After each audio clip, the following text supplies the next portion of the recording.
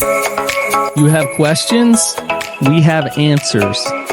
Welcome to the Therapist Question Box with your host, Miss Lindsay Schiss.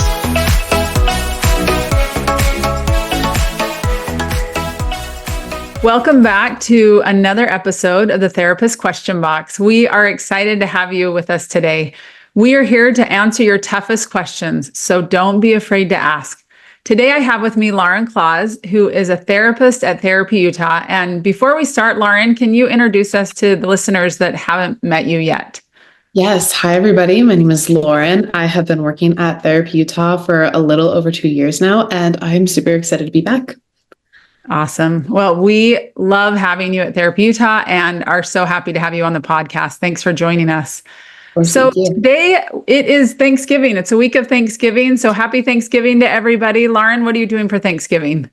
I am hanging out with friends, so it's good. Last year, I kind of was a little bit more alone because we just moved out to Utah. So now we get to expand and do like Friendsgiving. So I'm super excited about it. Nice. That's awesome. Tell our listeners where you're from. I'm from Southern Connecticut. Okay. And been in Utah how long? A little over 2 years. And why Utah of all places? Such a great question. Honestly, I knew somebody that had lived out here. I visited. I was taken away with the beauty of Utah. I didn't realize Utah was so pretty. I didn't know what to expect. I'm big into outdoors, skiing, snowboarding, hiking. And so it just seemed like the perfect match, honestly. Yeah. I love it. And has it been what you expected? Totally, for sure. It's been good. Yeah. It's awesome. I'm a fan of Utah, but I'm from here. But yeah, if you're an outdoors person, I don't know that there's a better place. It's kind of awesome. Yeah, it's the best. So, well, again, happy Thanksgiving to everybody. We really wanted to talk about the holidays and how the holidays can be such a wonderful time, but also can be a really stressful time. And so we'll just launch into our listener question today about some of the challenges that can be faced during the holiday season. So here's the question.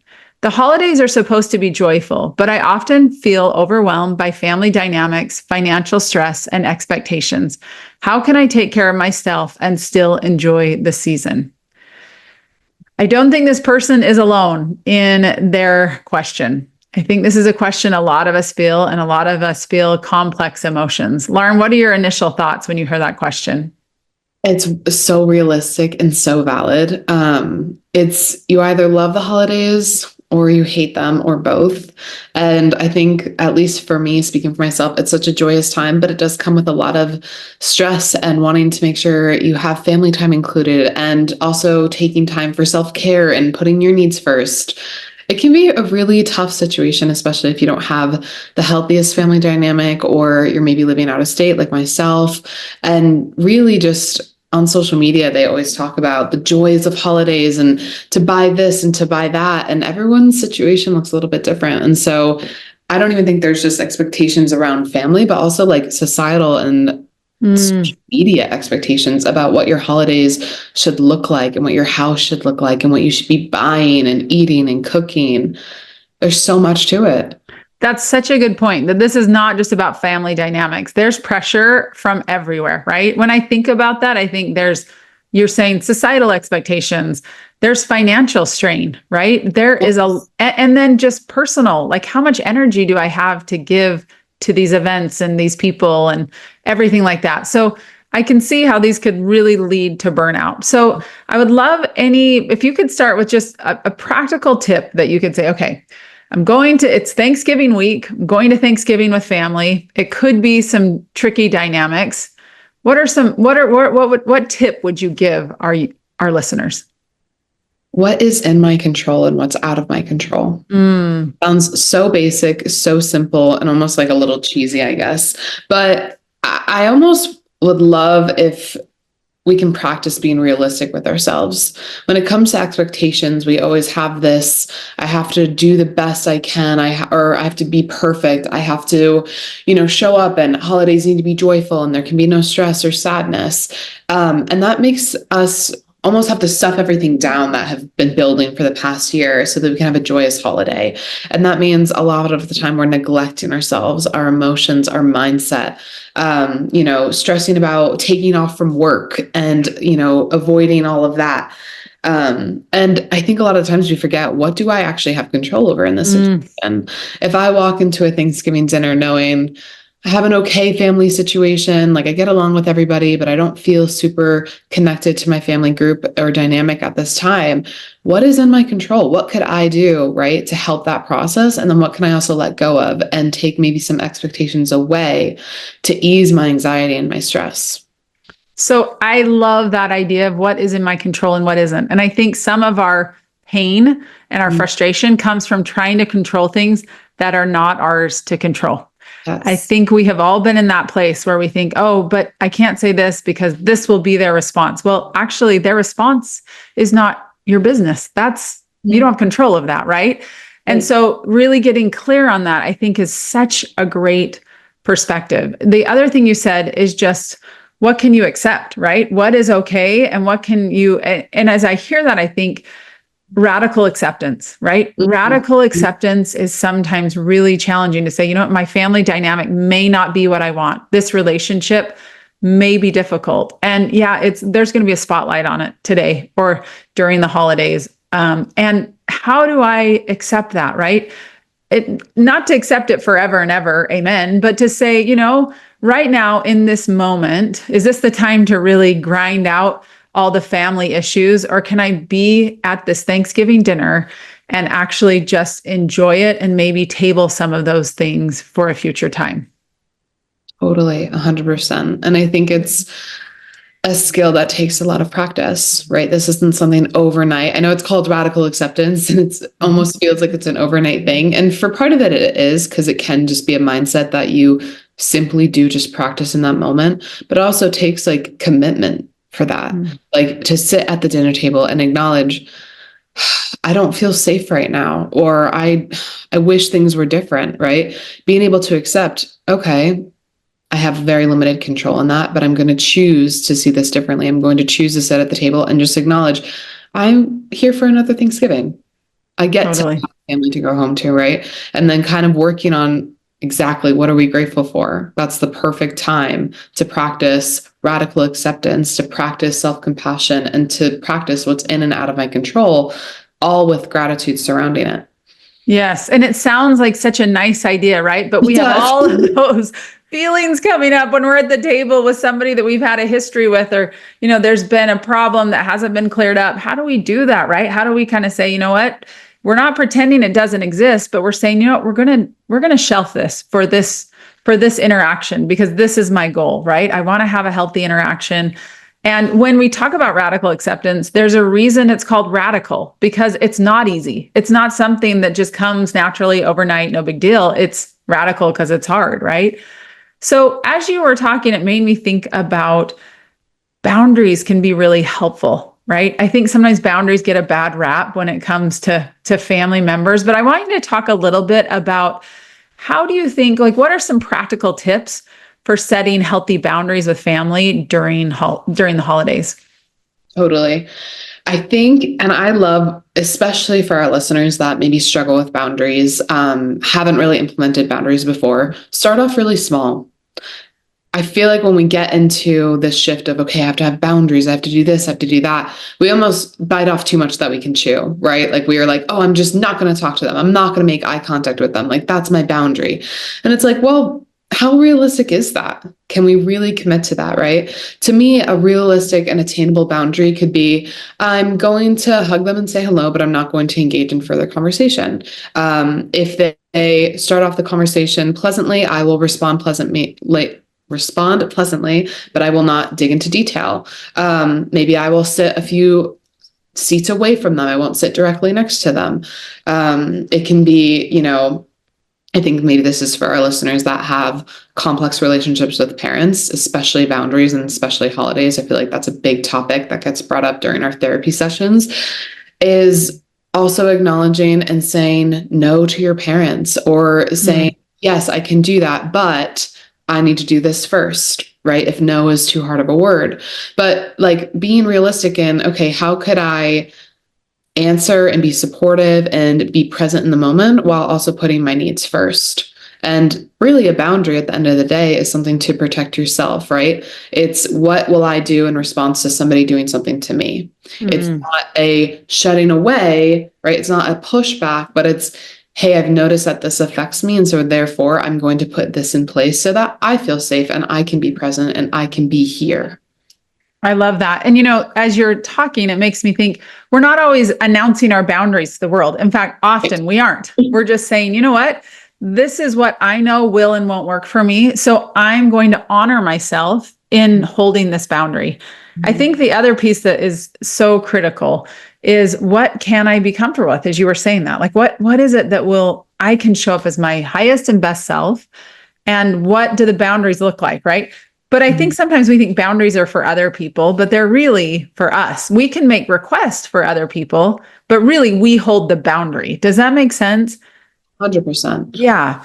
And that's something actually that distinction I've just recently really grasped, that I can make a request, say I'm at family dinner and that, my daughter has a new boyfriend, and I can say, you know what? Hey, grandma, can you please not talk about the ex-boyfriend at dinner because the new boyfriend is coming over? That's a request. But the boundary is for me, if the conversation comes up, that I decide how I am and I'm not going to show up. If I'm like, you know what, I actually requested that, so my boundary is I'm choosing not to engage in that conversation. So I really appreciate what you were saying, that really it is understanding what we can do to stay in a healthy place. And they're really for us, right? So again, boundaries are super important, and just recognizing that this time can be difficult. If you think about other stressors that come up around the holidays, what would you say are the things you're hearing from your clients that feel really big and stressful? Definitely, well, boundaries, of course. Taking off of work, right? So engaging in that self-care of, like, it's okay to take off a week from work in between Christmas and New Year's. And personally, that's something I've struggled with, because in our industry, right, we don't necessarily have PTO or like vacation time. It's when we work, we get paid, and we don't. And so, like, giving yourself the grace of, I deserve a week off. This is okay. I'm going to be around family. I don't have to be accessible to everybody. I need to be accessible to myself. So that, I feel like, comes up a lot, not just in the therapeutic sense, but just in people's lives of, I don't have to be at work. Like, I can be home with my family. I can enjoy that time. I think financial stress is also a huge one, if I didn't say that already, just around the idea of buying gifts, buying a lot of things. There's so much consumption nowadays that it's, well, what if this person doesn't like the present I get them? What if I don't get them something that's valuable enough? What are they going to think? And I think another thing is like seasonal depression. People, once again, struggle around the holidays. It can be a very confusing, conflicting, stressful time. And then also, it's meant to be joyous, and you're meant to have gratitude, and you're meant to feel the beauty in all of it. And when you can have two things exist at once, it's still really conflicting. And so I think having seasonal depression is also impacting people's ability to want to show up as their highest self, or have the motivation, or have the insight to acknowledge, I have seasonal depression. There's something I can do about it. And it also stinks to experience this in a time that's meant to be joyful and fun. Isn't that the irony, that that's when seasonal depression hits, is during these times, right? When it's supposed to be joyful and fun. And I think you said a really important thing, that it's supposed to be joyful and fun. And when we have these expectations that this should be this wonderful time, and it's a time to gather and to be grateful.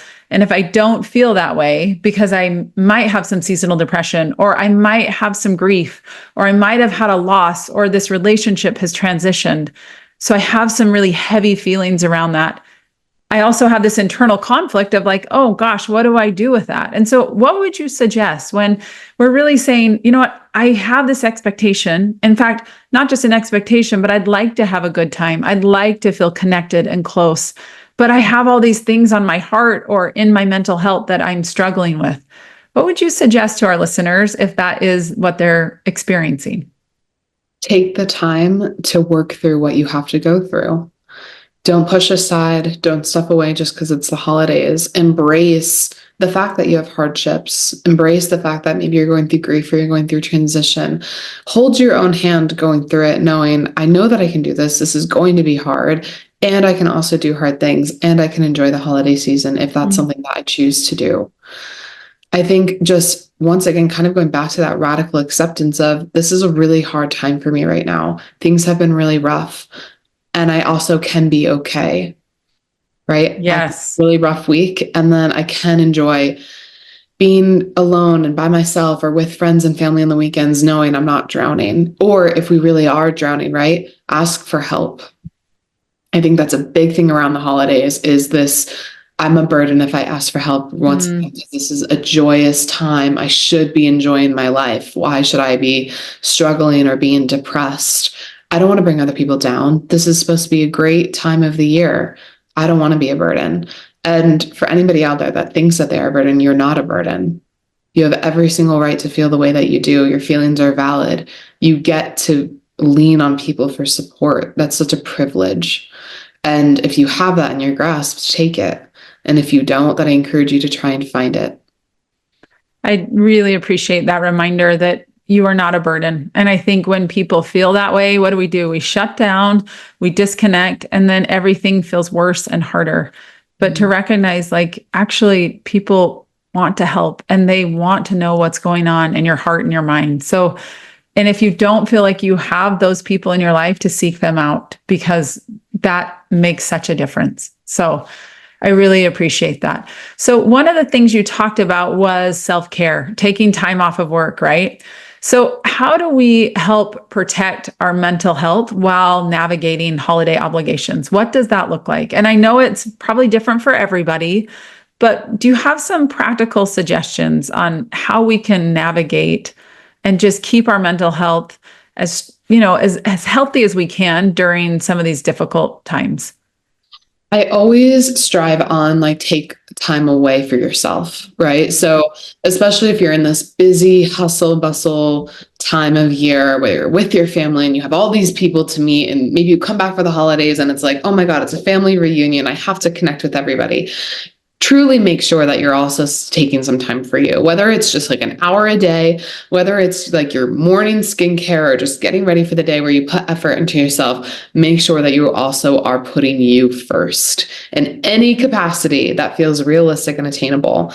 And once again, yes, that looks so different for everybody, but we have to take care of ourselves. So maybe that means making sure that you're exercising. If you consistently exercise throughout the year, keep that going even through the holiday season, right? Journaling can even be helpful. I think trying to meet up with old friends can be really helpful, and also kind of like a self-care measure. Make extra time for that, right? Not just for family, but for friends, for people that are important to you in your life that you may feel guilty canceling on a cousin to go see a longtime best friend that you haven't seen in a while. Like, that's fine too. Cancel Yes. a cousin. You can reschedule. You can do that again. But really, anything that you can do that feels attainable and realistic. And I'm really harping on the attainable and realistic so that it actually gets done, so that it is achieved. We do find success. We give our body the evidence of, I can take care of myself in all of these stressful and overwhelming but fun times. I don't know if that's helpful for anybody, but I think it's something that we truly go past and kind of are like, oh yeah, of course we know to take care of ourselves. Do we? Isn't that true? Do we? Let's ask that question. Yeah. I don't know, because sometimes this is the irony as you're talking. I think, isn't that the irony, is sometimes our self-care routines that help us stay grounded, help us stay emotionally and mentally in a good place, they go out the window because things get stressful, things get busy, whatever. And I think, wow, that's when we need it the most, right? And you know, I worked in the physical fitness industry for a lot. Physical fitness, who called it that anymore? I taught spinning for a lot of years, and so I was in that industry for a long time. And it was interesting because for me, that is such an important thing, to get out, to sweat, to just get some of those endorphins going. And so, like you said, when I'm at family functions, when I'm not, it doesn't matter if I'm traveling, I am like, I have to get up and move my body. And when I do, I feel so much better. And I can use any excuse in the book, but I also can use all the excuses to say, you know what, I will wake up this much earlier because I feel better throughout the entire day. And so what you're saying is like, don't ditch your routines. If it's something that helps your self-care on a normal day, continue to do it, right? Like, in fact, especially do it during these stressful times. So I love that idea.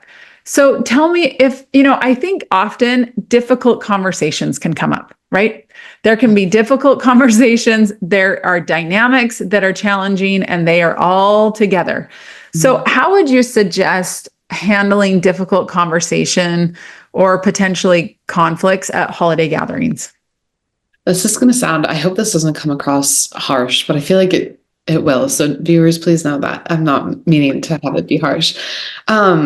Know your place, right? Like kind of like know what is my role in this situation, right? So if there's a few family members that don't typically get along, and I think a huge thing is maybe politics are going to get brought up on holidays. That's a huge thing that people get concerned about is we bring all our family together and we have different political views, or we have different opinions about healthcare or mental health field, right? I think what I hear a lot in sessions is I struggle with my mental health and I feel like my family is not going to get that. And they're going to shame me and guilt me for talking openly about my experience with my own mental health. And it kind of goes back to that, right? Like know your place, stay in your lane of what's in my control, what's out of my control. If we have this expectation of I'm going to go in ready, guns blazing, gonna, totally ignite a fight in the family dynamic, then that likelihood is it's going to happen, right? Like we're going to go, we want our voice to be heard. And I'm all for that. If we also know what does it look like for my voice to be heard, but in a healthy and respectful way. Right? And as you're saying that, it makes me think, but is that really what you want out of this? Like getting really clear on that. Like, is my goal to come in here and guns a-blazing, like talk about all of, where I stand and what's going on versus like, is my goal to connect with my people? And if my goal is to connect, then is that maybe the right venue or the right time to be bringing some of those conversations up? Not that they don't need to be brought up at some other time, but just to consider, like, what is my goal in this interaction? I think that might be helpful in going to the holiday function. What do I want out of this? Right. And the thing that you can take away from that is, right, and this is where all of the stuff that we've talked about comes back together. Having boundaries, standing your ground, knowing your role, what's in of my control, what's out of my control. And so if your goal is to really connect or at least just feel seen and heard and valued by your family, right, you can explain that. So if you're having this in-depth conversation and you feel like your perspective isn't being respected, right? Or like you just don't feel like people are listening, it's okay to say, hey, my goal in this is to feel respected and seen just like how I want to do for you. And if that can't be done, then I'm just not going to engage in this conversation. And that makes me really sad, but I also get it. And so feel free to continue the conversation. I'm going to go over here and converse with somebody else.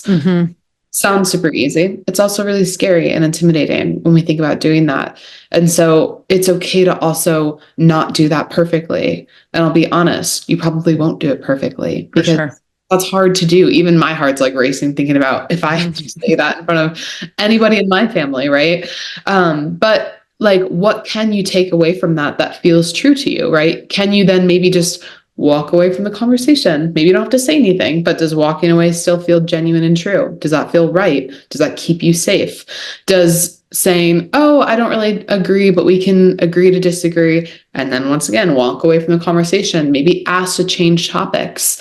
I think at the end of the day, we have to assess right now, what is my level of safety? How do I feel in this conversation? Is this hurting or helping me? And if it's hurting, do what you need to do in order to walk away. And once again, if your goal isn't to do guns blazing, I'm going to start a fight, right? I'm going to do whatever you want to do. I mean, if you want to do that, great. I don't know how many of us go to holiday dinners ready to start a fight. I hope we don't. I hope not. But if that is your goal, then hey, I love that you have passion. Do it, with passion. But I think a lot of us really at the end of the day just want to feel seen and heard, and knowing that even if I feel like my experience, my perspective is different, that I'm still respected in this family. And so if that's our main goal, right? Know what is going to work for you, and how do you truth? How do you stand up for yourself while also being honest and respectful to other people? Yeah. I think that's really important. And I think for me, even as you're saying this and you're like, your heart's racing, I'm feeling that same thing. Like, oh man, I think because we relate to that, right? I remember a conversation I had with my nephew several years ago, and it changed my perspective around this. He just said, we were going to a reunion of sorts, and I was talking to him about going and anticipating it. And he just said, well, why do you think you're going to change the perspectives of these people? And why do you think that, what makes you think that? And why do you think it's your job to? And it really just gave wise. me, right? This is from my nephew. And it just gave me a moment of pause. Like, why have I put myself in that situation? And honestly, that conversation gave me pause, but it also gave me this, like, you know what? That's actually not what I want out of this. I don't want to try to change perspectives and come in. Like, I actually just want to be there. I want to, like you said, feel seen and heard, but I don't want to change. It's not working. It hasn't worked for lots of years. So what am I doing? And honestly, it was like I had permission to just show up and enjoy myself. And I felt like I was honoring myself because my goal was really clear. I wanted to have connection, and I wanted to do it in a way that would promote feelings, like good feelings between everyone. And so, yes, it was so wise, and it changed. It actually changed the way I have interacted from there on out. So I really appreciated that perspective. That's such a good, I love that. They're so wise, and I'm sure good for them. They're a force to be reckoned with in this world if they're knowing that wisdom at such an early age. I think like my goal all the time when I go into family situations is to be the bright light that I know that I am, right? So I know what that takes. I know what my boundaries are with that. I know how I respond and how I react. And of course, this has gotten easier as I've aged and I've been a therapist myself, right? And so I'm doing my own work. But like, I know my self-worth. I know the level of like self-respect I have. I know the love that I have for myself. And so I totally agree. It's not my job to change how somebody thinks. I can converse, I can offer my perspective. And if they take it, they do. And that's great. And if they don't, that's also okay, because that is their choice. They have self-autonomy. They have self-determination. It's not my job to make sure somebody is on my side. If they are, great. And if they aren't, we can still be friends. We can still respect one another. And whether or not everybody that's listening disagrees, once again, that's also fine. You get to decide that for yourself. And that's kind of the beautiful thing about it is we're all different. We can all offer different perspectives, but it's so empowering when you take this expectation or this role that you've had maybe for so long of it's my job to save them, to change them, to inspire them and make them be like me. They don't need to be. Mm-hmm. And that feels actually freeing. At least for me, it did. It felt freeing. And that was such a wonderful thing that I felt like, oh, I actually don't need to do that, because guess what? I've been trying for a lot of years and it doesn't work. Right. And turns out I'm frustrated, they're frustrated. So here we are, right? So exactly. I love that you said, stay true to who you are and who you want to be. That to me comes back to, how do I want to show up? Like, who am I as a person? And instead of saying, because Uncle Bob is here and he always brings these, heated political discussions, I'm going to just go down the rabbit hole and it's going to be disaster. No, wait. That's actually not who I want to be. This is who I am as a person, regardless if Uncle Bob shows up and has these heated discussions, and staying in your integrity in that way. And as you were saying that, like, I'm that bright light. So that's who I want to be. And that's who I choose to show up as over and over, regardless of what's going on around me, because that's actually totally in my control. As you were talking about that, I thought, because that is in your control. You get to keep doing that because that's who you choose to be. Mm-hmm. So, Lauren, is there anything else that you feel like our listeners that you'd like to just touch on before we wrap up? Any question I didn't ask you? Anything that you're like, okay, I don't want to leave that unsaid? No, all great questions. I think like just a gentle reminder, like it's okay to not be okay. It's okay to have these expectations, and it's okay to have these wants and wishes maybe of what you wish you could have as far as a family dynamic, your life around the holidays. It's okay to want those things, knowing that maybe right now they're not in your grasp. Doesn't mean though that they won't ever be in your grasp. And so also give yourself grace and compassion that depending on where you are in your life and the, limited control that maybe you do have if you're a teenager at home or you're a young adult that's, not on your own yet and paving your way, like you will have that one day. So just know that whatever you're feeling right now isn't permanent, right? And as you age, and this is once again so cliche, it really does get better. And so I just encourage you to continue to grow and to challenge yourself and have a lot of grace and compassion, especially during this holiday season. Such good advice, and really appreciate your time and insights, Lauren. I just want to go through those nuggets that we talked about and just make sure our listeners can remember those, right? At least for me, when I'm listening, I'm always trying to take notes. So I think, okay, if our listeners know at the end, they will have a summary. What did you just say? What's the Sparks Notes version? Yes, that's it. This is what we're doing. That's right. We're here to hook it. We know we all need this. So here we are. So one of the things I loved is what you said is what is in my control and what is not, and getting really clear about that and not trying to control things or outcome or people that are not in our control, right? I like to say, like, you know what? Their opinion of me is not my business. That's their business, right? Not in my control. So I love that. I loved the idea of boundaries and the idea of what can I request? And then how do I stay in my boundaries? I don't need to broadcast my boundaries, but my boundaries are just about me. And they're how I can stay in a place of safety and that I can stay emotionally regulated in this situation. I love the idea of taking time for yourself, making sure to practice self-care, those things that help you stay in an emotional, mental state of regulation, that you continue to do those things. And in fact, they stay a priority in your life during the holiday season. I thought knowing your role and what your goal is, like, what is your goal in this conversation and what's your role? And not trying to, stay in your lane, not trying to deviate from that, not trying to solve the world's problems over Thanksgiving dinner or change Uncle Bob's perspective. Nope. Just what's your goal and staying true to that, right? And I love the idea of it's okay not to be okay. I think when we try to pretend we're okay and everything's hunky-dory and it's not, that's when things come out sideways. But if we're to say, you know what, I'm not okay and I need to take a quick bathroom break or go on a walk and just do some breathing and just get back into a place where I feel like I'm back in my body, I love that idea. So Lauren, thank you again for your insights. I hope this can be helpful to our listener who asked the question, as well as all the other listeners that will be experiencing all the joys, the pains, the stresses, and everything else that comes with the holidays. Really appreciate the insights, your time, and appreciate our listeners listening, and take good care of yourselves. And until next time, we'll see you soon.